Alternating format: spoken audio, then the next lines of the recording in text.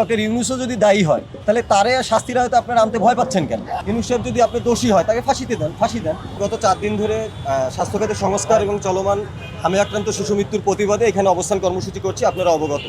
তো আমরা আজকে আমাদের 4 দিনের মাথায় আমরা আজকে গতকালকে সিদ্ধান্ত নিয়েছি যে আমরা স্বাস্থ্য অধিদপ্তর অভিমুখে আমরা পদযাত্রা করব, কফিনের পদযাত্রা। তো আমরা আজকে এইখান থেকে যাত্রা শুরু করব। তো আমাদের ধরেন শুরুতেই আমরা তো 3 জন আসছিলাম, আমাদের সাথে নিহতর পরিবারগুলো আসলে আমাদের সাথে যুক্ত হওয়ার কথা ছিল, কিন্তু প্রশাসনেরও এক ধরনের চাপ আছে যে আমরা 10-15 জন নিতে পারবো না, মানে সর্বোচ্চ 7-8 জনও যদি নিই আমাদের তারা আটকায় দেবে। তো আমরা বলতে চাই যে 2-3 জন মানুষ সহ্য হচ্ছে না একটা ধরেন এই যে ব্যবস্থা, আমরা তাহলে এই অব্যবস্থাপনা তো আসলে সব জায়গায়, এটা শুধু স্বাস্থ্য খাতে না। তো আমরা বলতে চাই যে স্বাস্থ্য খাতের যে এই দুরবস্থা, সেখানে আমাদের প্রশাসনের ভাইদেরও এক ধরনের আচরণ আমরা দেখলাম যে আপনারা গেলে আপনাদের আমরা আটকায় দেবো রাস্তায়। তাহলে আসলে আমরা আমাদের পদযাত্রা চলমান রাখবো। আমরা স্বাস্থ্য অধিদপ্তরে যাব, আমরা স্মারকলিপি দেবো এবং আমাদের যে আমরা কফিন তাদের হস্তান্তর করবো।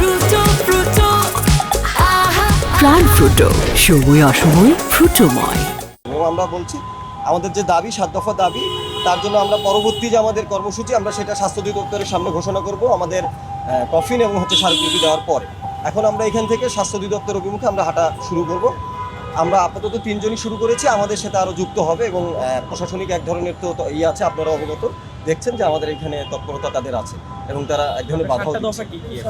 আমাদের 7 দফা স্বাস্থ্য খাতে ন্যূনতম সংস্কার এবং হামকে সর্বোচ্চ অগ্রাধিকার দিয়ে, এটা মানে সর্বোচ্চ অগ্রাধিকার দিয়ে আপনার চিকিৎসা নিশ্চিত মানে জরুরিভাবে এটা কেন্দ্র করা, চিকিৎসার কেন্দ্র করা এবং হামকে মহামারী হিসাবে ঘোষণা করা এবং চিকিৎসা হামে আক্রান্ত যে রোগী এবং উপসর্গ নিয়ে যারা আছে এমনকি নিউমোনিয়া হতে, এটা আপনার ফ্রি চিকিৎসা করতে হবে। মানে হাম কেন্দ্র করে যারা আক্রান্ত হয়েছে আমরা এগুলো সামনে আনবো এবং জেলা উপজেলাগুলোতে স্বাস্থ্যকেন্দ্র বা হসপিটালে আপনার ভেন্টিলেটর, অক্সিজেন এবং আইসিইউর যে সংকট সেগুলো বৃদ্ধি করতে হবে এবং সেটা গুরুত্বের সাথে নিতে হবে এবং এই যে শিশু হত্যার সাথে যারা জড়িত বা যেই গোষ্ঠী জড়িত হোক, এই সরকার হোক, বিগত সরকার হোক বা তার আগের সরকার হোক, তাদের দ্রুত শাস্তির আওতায় আনতে হবে। কারণ এখন কোনো তো মানে একটা নির্বাচিত সরকার, মানে এইখানে তো কোনো ইন্টিরিম বা কোনো আপনার সেনাবাহিনীর সরকার না, জরুরি অবস্থা এমন না, একটা নির্বাচিত সরকার।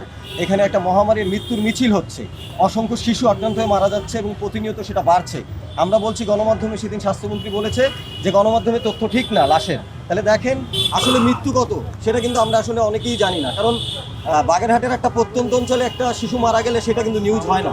তাহলে আমরা বলতে চাই যে লাশের সঠিক তথ্য আমরা জানতে চাই, আমাদের এই 7 দফা দাবি। এই দায়টা মোটা দাগে ধরেন এইখানে আমরা তো দেখেছি যে আমাদের ইন্টারিমের এখানকার বলা হচ্ছে বা দোষ চাপানো হচ্ছে। আমরা তো বিগত 4 দিনই বলে আসছি যে দোষ চাপানোর যে এখানে একটা রাজনীতি হচ্ছে, এই হত্যাকাণ্ডগুলো রাজনৈতিক হত্যাকাণ্ড হয়ে গেছে। কারণ বিরোধী দল বলেন বা সরকার দল বলেন, কেউ দায় নিচ্ছে না, সবাই সবার উপরে চাপাই দিচ্ছে। তাহলে আমি মনে করি ডক্টর ইউনূসও যদি দায়ী হয় তাহলে তারে শাস্তির আয়তে আপনারা আনতে ভয় পাচ্ছেন কেন? আপনারা তো রাষ্ট্রের জনগণের সম্মতিতে সরকার গঠন করছেন।